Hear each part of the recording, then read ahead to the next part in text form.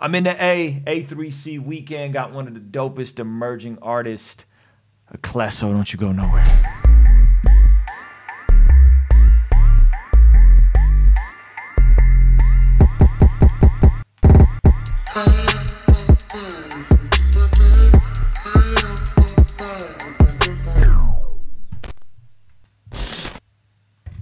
Yo, what's going on? It's Ruslan with KingsDreamENT.com. This channel exists to encourage, empower, inspire you to live out God's dream. And we got the homie. I've known his brother for 4 years now.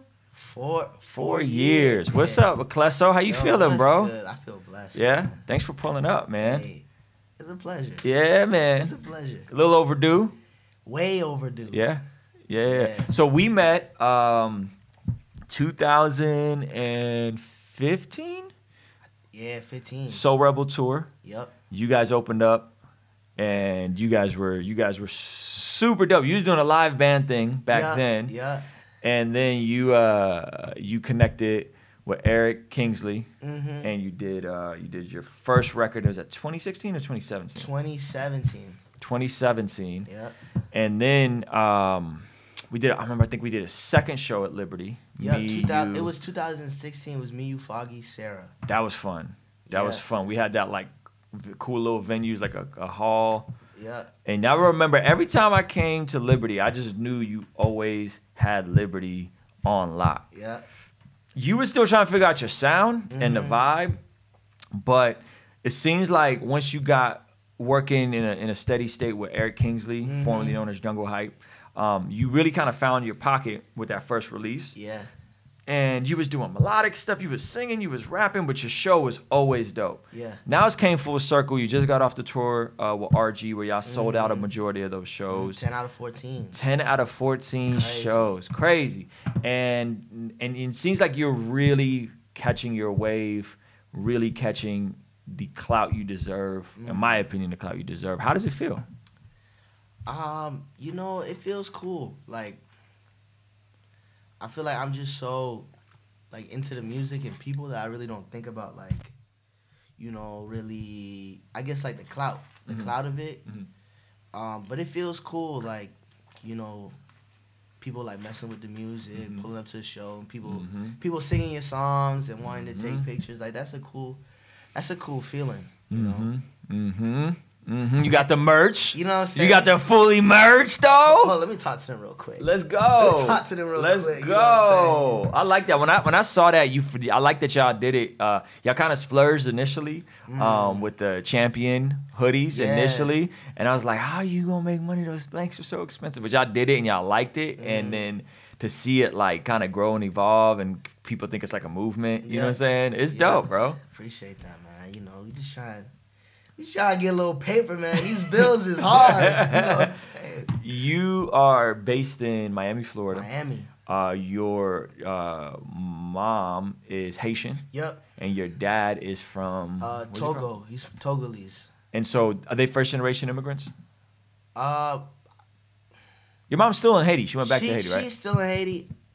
Okay, so they immigrated when they was like, my mom immigrated when she was like 2. Okay. My dad followed in his 30s when you know they met. Yeah.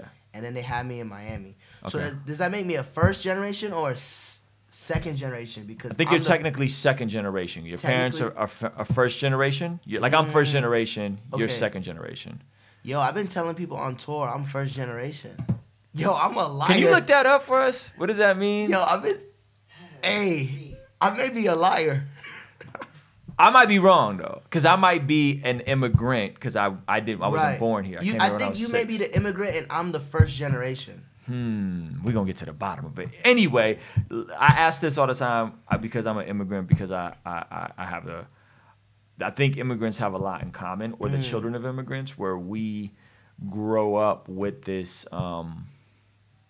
like, when you're an immigrant, you understand the opportunities that are here. Yeah. And you're like, whoa, this is amazing. Like, somebody can start from nothing and build something. You know, they say 80% of America's millionaires are first generation rich, meaning that they started with nothing, they didn't inherit money, and they built $1 million net worths. 80%.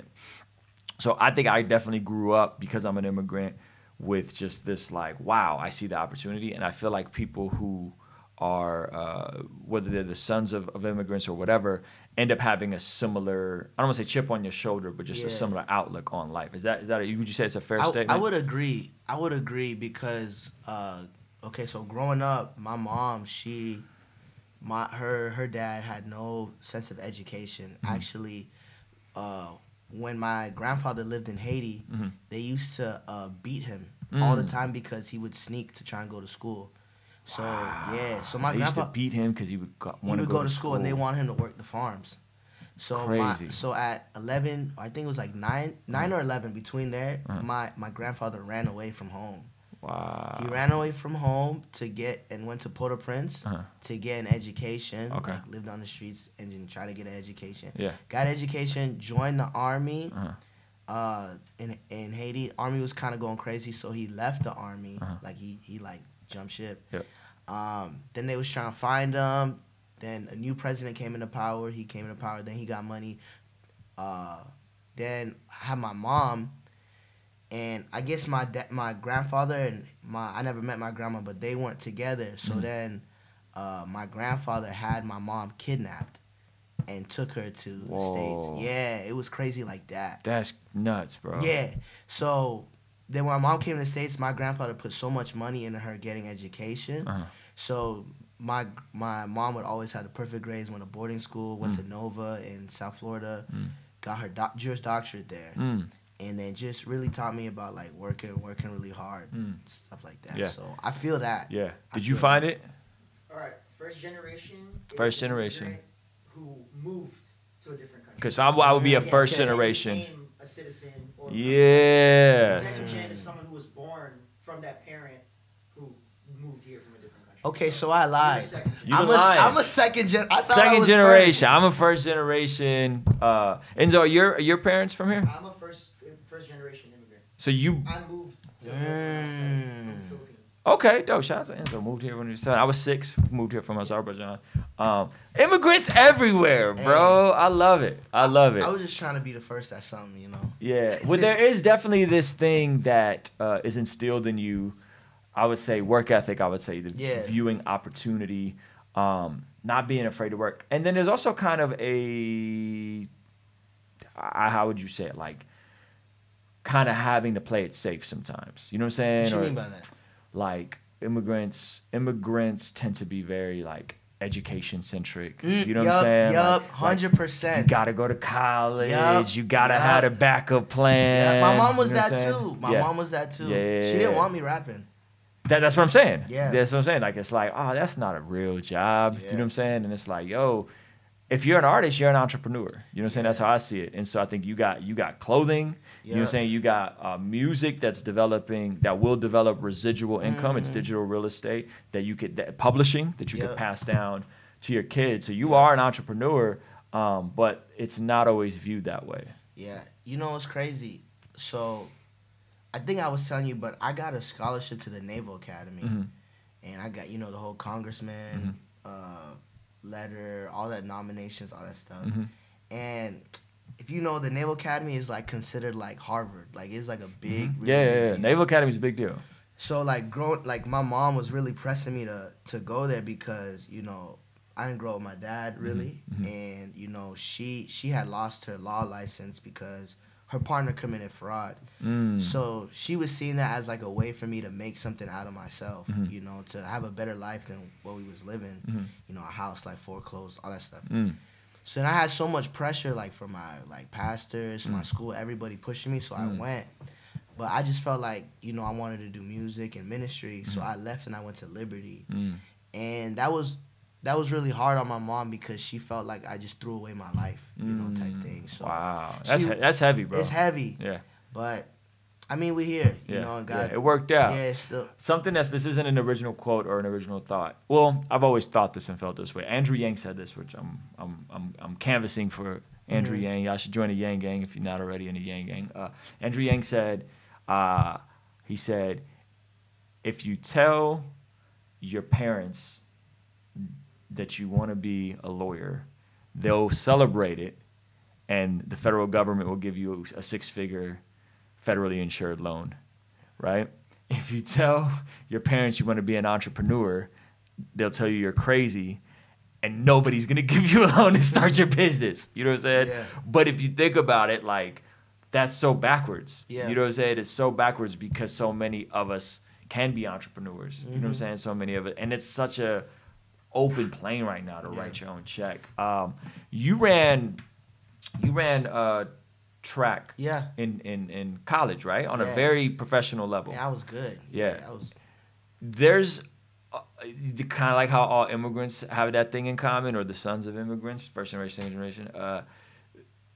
Athletes have the same, like, because you know what it takes to condition your body to get it at an elite level. I feel like there's definitely a correlation and a crossover to know that. To take that work ethic that's instilled in you and transition into music. Do you think that's true? Like the stuff that you learned doing track and sports, because you're nice at basketball too, and I'm sure other sports. Yeah. Were you naturally athletic, or did you have to work and grind and then take that grind to do sports? I was naturally okay. I was naturally athletic. Sports came really easy to me, but there's levels. You know what I'm saying? So like, there was dudes that was naturally athletic too, because Miami is like the mecca of track and field. Okay, so, I didn't know that. Yeah, so it's like you coming out running track when you're like 3-4. Like they already got you competing. Okay. So it's like you have so many good people running with you, jumping against you. It's like only the person who puts the most amount of work is gonna really come up on top. And you think about Miami, there's like a lot of vices in the city, so you have a lot of talented people fall into, you know, different things, not get their grades together, being gangs, drugs, whatever, boom, boom, and not make it. So it's like there was that talent, but then there was that, yo, I'm gotta be training at 5 a.m, and then lifting midday, and then, you know, training at practice in high school, just to get you know, to where I wanted to. Cause my sophomore year I tore my ACL, and because of you know, just my social economic standings, we didn't have insurance, so I couldn't afford ACL surgery. So yeah, I had to rely on the government to help me out, and you know, I ended up getting it at UM. Something happened where so it's like track. You said sophomore year? Sophomore year of high school, and at that time I was like ranked one of the top jumpers in my class. I qualified for Junior Olympics, state. You know, I think I got 4th at state as a sophomore, and everybody else was like seniors and stuff like that. So it was like crazy. It was like crazy. So it's like that mindset of just like, yo, if this don't work out, I don't got no parents that could, you know, pay for me. My dad's been gone since I was 12. My mom's in Haiti.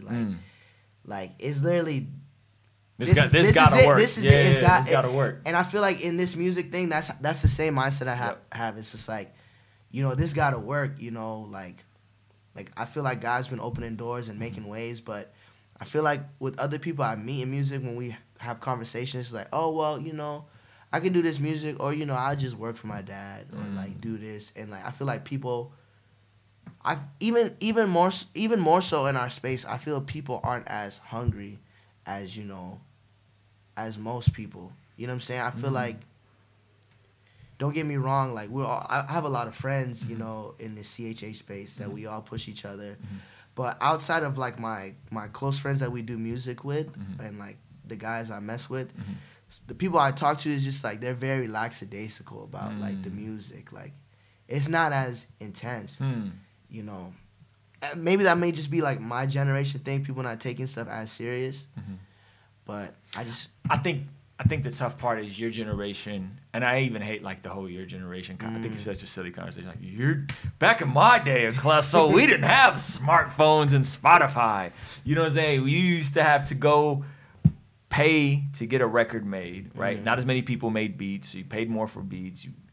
You know, you had to. Some people even pay for studio time. Then you had to press physical CDs. You know what I'm saying? So you have to press 1,000 CDs, and most cats did that prematurely, so you wouldn't sell all your 1,000 CDs. You'd sell 100 or 200. You have 800 sitting in your closet. You know what I'm saying? And there was no discoverability. So if you weren't on tour, or you didn't have a major cosign or a deal, you just sat. Now, everybody gets a shot at the algorithm. Everybody gets a shot at a playlist. Everybody can come out, and there's a kid I know who is a great kid. I did a record with him. Good kid. 17, 18, 19 years old. Young kid, right? And he was actually at the LA show. I'll tell you who he is later. Okay. He knows who he is. And he finessed his way into the Beast Mode playlist. Got on the Beast Mode playlist because he just kind of DM'd AJ, and AJ like picked a song, and the song was cool. It wasn't like great. That joint got his monthly listeners to like 150,000 overnight. Goodness. He went from like literally like 1,000 or 2,000 monthly listeners to 150,000 monthly listeners overnight. Record does crazy numbers. And this is like a kid who's been rapping maybe a year, kind of dabbling, and out the gate, Beast Mode. Like, that stuff wasn't happening. I'm not on an independent level. Like, maybe cats were signed and they knew somebody or their uncle was at a label or whatever, but that stuff wasn't happening when I was 18, 19. So I think in the same way an immigrant comes or your parents come and they see the opportunity, they see the potential for upward mobility, despite the fact that this is not a perfect system, despite the fact that there's racism and all these things are still real, that you could still work your way up. Yeah. I think what happens is with younger folks, your guys' first phone might have been a smartphone. You know what I'm saying? I remember a pre-iPhone era. Like, I remember there was before this the iPhone and after the iPhone, and everything changed overnight. You know what I'm saying? Within a year, everybody got smartphones and everything changed. And now you had Twitter and YouTube right on your phone, and everything was changed. So I think it's not that I wouldn't say that you guys are like lazy, because I don't think that's true. I think you guys just don't quite understand fully the window of time that you have afforded to you, that you can build a 6-figure business, a 7-figure business potentially by the time you're in your mid-20s, late 20s, if you grind in your early 20s. Yeah, I agree. I agree to that. Yeah, I think what it is just like we was talking about the competition. Like, I feel like there's a lack of competition, and I don't want to unearth some buried bones or whatever. But I remember when, what was it, last year, 2 years ago, when you did that record to what's the guy's name? Shailin. Shailin? Oh, yeah. Yeah, Random Thoughts 4. Yes, I remember when you did that record. I remember everybody giving you so much hate and da. I loved it. You know, I really loved it, and I was like, you know what I'm saying? I feel like that's hip hop. You know what I'm saying? Like, challenging people, being competitive. Yeah. You know, I feel like he wasn't going at his character. He was just rapping. You know what I'm saying? Yeah. So I don't know, and I feel like Christians, you know, sometimes we take things to the extreme. Sometimes we need like a good, fun challenge type record. Like Casanova came out with the So Brooklyn Challenge. Yeah. And because it went viral because he started shouting random people out and having them do it. They did it, he would repost them, and then he kind of like put batteries in people's back. You know what I'm saying? So it's like he told Papoose that, you know, Papoose can't touch Fab and Fab can't, you know what I'm saying? And he kind of like created this. So they weren't like diss records, but it was just like fun and stuff. I think we need some of that. I feel like the homies I messed with, like, you know, Raul, let me say their hip hop names. What Up RG? Say his rap name. You know, 1K Few, Romar, Aaron Cole, you know, Tommy, you know, all of them, Ty, all of us. You know, I'm obviously missing names. John, Keith, even, you know, Caleb, everybody. You know what I'm saying? We're in a place where, like, I think and correct me if I'm wrong, I think not even before you was doing rap, they was more so about, like, the scriptures, you know what I'm saying? Which we obviously love the scriptures too, but I feel like now we're like very much so focused on like the art form of the music and pushing the music while so in our personal lives growing in our faith so that it blends in the music. Like like I feel like now is the perfect time to be, yo, I'm a Christian rapper. Like don't deny it, don't steer from it. Like yo, I'm a Christian rapper and I'm dope. Yeah. And I care more about the art than, you know, people who aren't Christian. You know what I'm saying? This, I feel like I was talking to Raul about it today. It's like, yo, like, this is the perfect time to be unapologetically Christian, you know? More so than before. Like, don't dodge it, don't steer from it. Like, like embrace it, hold the flag up, you know, like. Yeah. And I feel like us artists, like we, wanna unashamedly, which is ironic, I say that, hold the flag up as say, yo, I'm a Christian rapper, and that's no shot at nobody either. You know what I mean? It's just, I think the world needs fire Christian music. You know, the world needs Jesus. You know what I'm saying? More now than ever, especially with everything going on in our culture, in the world, in our government. You know what I mean? Yeah, I agree with you, man. And I think that is, to me, one of the most refreshing things about just the new generation, man, is y'all make real dope music. Y'all love Jesus. You're unapologetic. You're not afraid to talk about it. And I think it's super cool, man. I think it's very, I don't know, I think people are catching on to it. You know what I'm saying? Like, I think people are catching on to it. And I think you're totally right, bro. I think we need more of it. And I think we'll see more of it. I just want to make sure that, I want to make sure y'all about them bars too. Yeah. You know what I'm saying? Because sometimes you get a little too like wavy with it. You know what I'm saying? And everything is a wave. You know what I'm saying? Everything is melodic and everybody's rapping through their nose like I'm Kendrick Lamar because I got to rap through my nose. You know what I'm saying? Like, it is like, I'm trying to hear some bars too. Yeah. You know what I'm saying? So that would be my thing, is like, I think from a methodology, theology, Jesus school, whatever, like, I don't have any problems with that. I'm hoping we still get those the bars. You know what I mean? Yeah. Yeah. Because y'all fools can rap. Yeah. Like people, like, you can rap really well. Because I've seen you, like, I don't know how familiar people are with your music. I don't think your music really encompasses how good you are as a rapper. Yeah. You can rap really well. Foggy Raw can rap really well. Mans can rap. He can like rap. He can freestyle. You know what I'm saying? RG can rap. Yeah. You know what I'm saying? Obviously, John Keith is like kind of known for. John Keith. Yeah. Who else is fire? Just barring up Aaron. Yeah, Aaron Cole. Paris sees himself as a poet. Does he? More He's so, dope. more He's so dope. than like a new age melodic rapper. He sees himself more as like a poet, like bars. Yeah, but the new age melodic stuff just works. You know what I'm saying? It just works. And so like there are certain guys that can learn it. I don't have, as an artist myself, I don't have the patience to sit there and try to like, how can I tone my voice to sound wavy without like, I just don't care. So I'm just not gonna do that. I think I did it like once or twice, and I was just like, eh. But I think those of you guys that could do both, like you can do both, RG can do both. Obviously, everybody you just named. But here's my thing about you though. You see that the melodic wave stuff is working, but yet you know where you are. Like you know, I feel like there's artists that see it and they have no business doing it, and they do it, and it's like, yo, what are you doing? Like that's not you. And I feel like we need. You want to name any names? No. I would actually tell him in person. Like, but it's like, I think artists, like, we need to be more self-aware. Yeah.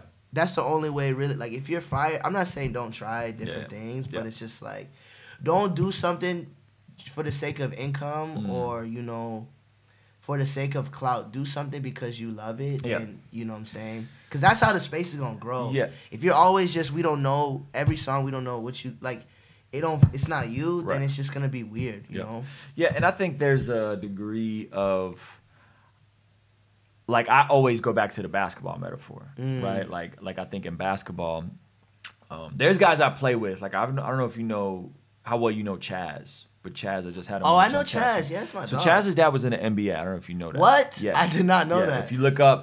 If you just search Chaz Smith NBA, his dad will come up on YouTube. And so Chaz is 6'4", 6'5", and can, like, really dunk in games. Like we were hooping, and like he almost yammed on somebody, right? He's nice? He's nice. He could have went to the NBA if he don't look nice. He's nice. What? Yeah.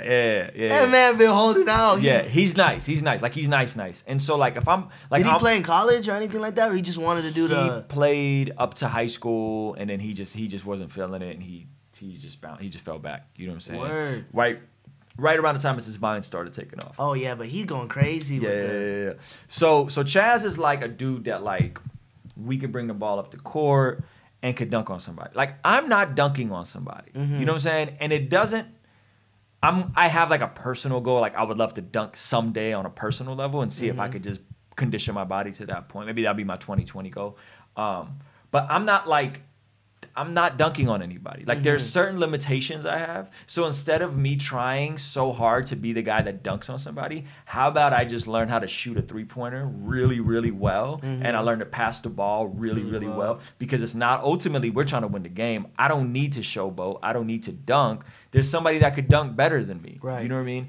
And so there are certain artists that can kind of do everything. Yeah. But I think if there's plenty of new age, what did you describe it? New age melodic rap. Yeah. If there's plenty of guys doing that, I don't need to do that because there's a ton of stuff already out there. I need to do what I can do best, and if that's dishing the ball and creating opportunity and passing the rock, and I can run the point, but I don't have to score all the points, I'm cool with that. You know what I'm saying? And so I think basketball is a great metaphor for music and life in general. You know, it's like who somebody is on a court is a reflection of their true essence. You know what I mean? And I just don't have the need to try to be Chaz when I'm not. God did not gift me. I'm not 6'4". Yeah. I don't got the vertical he does. You know what I'm saying? My body's different. You know what I mean? You know what's another issue too? I feel like people may not be secure in themselves as people or understand their identity in Christ. Like, you know, I'm like who they are, who they're called to be. So they just all over the place with it, and they don't. And which is sad. Is sad. Yeah. So what you got coming up next? I heard there's a record coming. Yeah. I heard there's I don't know if it's an EP or is it an EP? Is it an album? I know there's gonna be some singles that come out first. Yeah. Who just told me? T-Ross told me you had a really great single coming out. He was like, yo, this joint is so dope. Pushing the bounds a little bit. Yeah. Tell us what's coming up next. Okay, so I got this record called Wody. Okay. So I don't know if you're seeing people on my comments saying drop Wody, drop Wody. So I got this record called Wody. I think it's a record that truly embodies me as like a person. So Wody is like something we say back in Miami, and some people say it in the South. It's like I first heard it like Cash Money. Yeah. You know what I mean? No Limit knows who's saying it. Yeah, way back, like late 90s. It's just like homie, what's good homie. So I feel like a lot of artists, like when they rap, they make a lot of songs about, you know, them, their ice, all that other stuff. I wanted to make a song about like my friends, you know, like my Wodies, you know, people coming together and just the people that got me, you know what I'm saying? I feel like there's not really songs about that. So I did that. And I feel like it just really, like, sound-wise, like, if you hear the song, be like, okay, this is Aklesso, like, very fun, you know, has the bars, has the funny lines, has, you know, these melodic parts, crazy hook, a lot of energy. So it's like a really fire song, very upbeat. It's like probably a song I could do for 30 years from now, you know what I'm saying? Like, big record. Then, you know, I got some other singles I'm going to lace out in 2020. Okay. And then hopefully lead up to maybe an EP or an album, depending on how the records move, how they go. Okay. You know what I'm saying? Like, if they don't go as well, then, you know, I just keep pushing the singles, whatever. But if they go, then I'm going to try and do a project, you know what I'm saying? I do want to do a project, though, because I feel like when we talk about, like, you know, the great artists, we talk about their bodies of work. Like, yeah, it's a fact. So I don't want to be in this age, like, you know, we always doing singles and EPs. Like, I want to, even though I know singles do very well and it's best if you want to get the most out of it, but I just feel like for the sake of legacy, I want to do a project, and then I could mess with the singles after. You know, it's not hard to make music, even though I don't put out that much, but that's what I want to do. Dope. And that's what we got going. I'm not gonna share no title or stuff like that, but like, I don't know.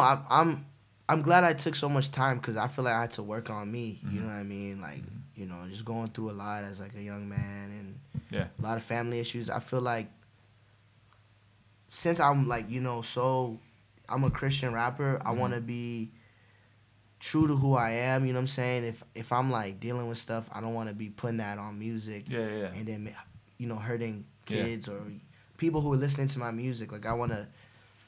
Like, I'm not afraid to be like, yo, I'm an example, you know what I mean? I want to be a role model, so I want to make sure, you know, I got my life together. Yeah. That way, when I do the music, it's not just like raw emotion that doesn't help people. Like, I'm able to give people point people back to Jesus. Yeah, So, and it's from an overflow of your relationship with Jesus. Right. You're not making music from just hurt or just pain. Even though it's very easy to make music out of hurt and pain, Yeah. it's not always the most beneficial for the audience. Yeah. Yeah. It's scary, man, because, like, you can be, you know, I've had some music I've showed Enzo. It's like, yo, this is really good. It puts me in this place. Baker Act. So I did this record called Baker Act with Gawvi. And it was one of my records I was going to put on my project. He heard it, so we put it on his album. And he did a verse to it, and it's fire. And I had to clean it up, you know. And it's already, like, one of the lines is, I need Jesus, I need peace of mind. Hennessy helps me sleep at night. And there was more stuff I wrote in it. Like, you know, in my dreams, I see when I die. So don't ask me how I'm doing, because I'm dead inside. So it's like, it's raw emotions, but at the end, I give kind of like a resolution. But before Gawvi hopped on it, it was just straight raw emotion. So, like, you know, stuff like that, like, be able to give people, like, some kind of sense of hope. Yeah. You know? Well, I love what you just described. You said you had a record. It was from a raw emotional place, but you didn't just impulsively upload it to SoundCloud. Yeah. You sat on it. You bounced it off of people. You bounced it off your guys, and then you scaled back the content of the record to reflect your actual character, and what the vision of your art is. Yep. And I think sometimes there's a lot of misconceptions about art, and that art has to be the first thing that flows out of me. If the second verse doesn't come out, the song wasn't meant to be. And we romanticize this part of art, when if you look at everything else, there's if somebody's writing a book, they write the first draft. Revisions. There's revisions. There's an editor. There's multiple people involved in the process. And I think music is the same way. There's nothing wrong with making art from that raw, vulnerable place. Just put it out there, lay it, then sleep on it, then spend some time marinating on it. Then go back and make edits. Then go back and say, does this reflect who I really am? You know what I mean? And so that's really cool to hear you say that there's records like that. And I think that's going to speak to a lot of other artists that are like, yo, I don't have to just lay the first thing. And it's a reflection of your work ethic, because let's be honest, once you lay something down and that first take is there and you got that demoitis, it's really hard to go back in and meticulously tweak a record to get it to either change, get a better take, or just get it to reflect your values. That takes a lot of work to go in and say, all right, I got the first 8, but I'm swapping out the second 8, so I got to really work on it, and I got to get the tone to match, and it can't sound like I punched, and I got to really meticulously sit and tweak and tweak and tweak. You know, it's very surgical. You was talking about that with Ray Rock, though, and you know, I be watching him. Yeah, I see. You was talking about it with Ray Rock when you had to redo all that stuff when they played it for Andy and all that stuff. Yeah, man, and I mean, I don't know how many people have heard like the Good Religion record. Yeah. I mean, there was a lot of stuff on there that I had to keep rewriting and re-recording and rewriting and re-recording, because I wasn't just gonna get bodied on those records. You know what I'm saying? Yeah. Like, and so that requires effort. But I think the part maybe a lot of Christian rappers are missing out on is you don't have to. The first draft doesn't have to be made from a muzzle, like with a muzzle on you. Yeah. Take the muzzle off and go to that realest, rawest place, and then sit back and say, And pull back. can I say this? Is this okay? Did I cross the line here? This came from a malicious place. I'm subliminally dissing somebody I shouldn't be dissing. You know what I'm saying? And then say, let me go back and make some changes and take this out. Yeah. You know what I mean? So, word up, man. You got any final thoughts, closing remarks, anything like that? I mean, I just want to say thanks for what you do, man. Like, I feel like you give a lot of content that, you know, a lot of, even me, you know what I'm saying? Like, I watch the videos, I'm like, man, let me apply this. Let me think about this. It challenges me, and it broadens my thoughts on music, you know, on everything, you know what I'm saying? So it's like, I feel like we need, you know, more people doing different passions to help, you know. And then, you know, Gary Vee be talking about, like, you know, a good entrepreneur. Just like, missed Gary Vee yesterday, by the way. I know. I almost got to hang out with him. I played myself. Dang. D-Rock was like, yo, come beat me, da-da-da. You get to hang out. And I was like, all right. And then I couldn't get his attention while he was on the stage. And then he hit me. He was like, bro, I didn't see you. And I was like, dang, I should have been more aggressive. But yeah. Dang. I met Gary once before. Amazing dude. I heard. Really good guy. But he's heavy on that. I'm sorry, I didn't mean to cut you off. No, he's good, but it's just like find something and be the solution to the problem. And I feel like in our space, you're a big solution to a lot of problems. So I just want to say thanks for that. Appreciate you, man. Where can they get the merch though? Oh, okay. So I'm gonna upload it to my website, Aklesso.com. You got Aklesso.com. Aklesso.com. I got that. And you can follow me on social media at AKLSSO. We'll link that in the description. Yo, thank you guys so much for watching. Give this video a like and a thumbs up, and make sure you get some Fooly clothes.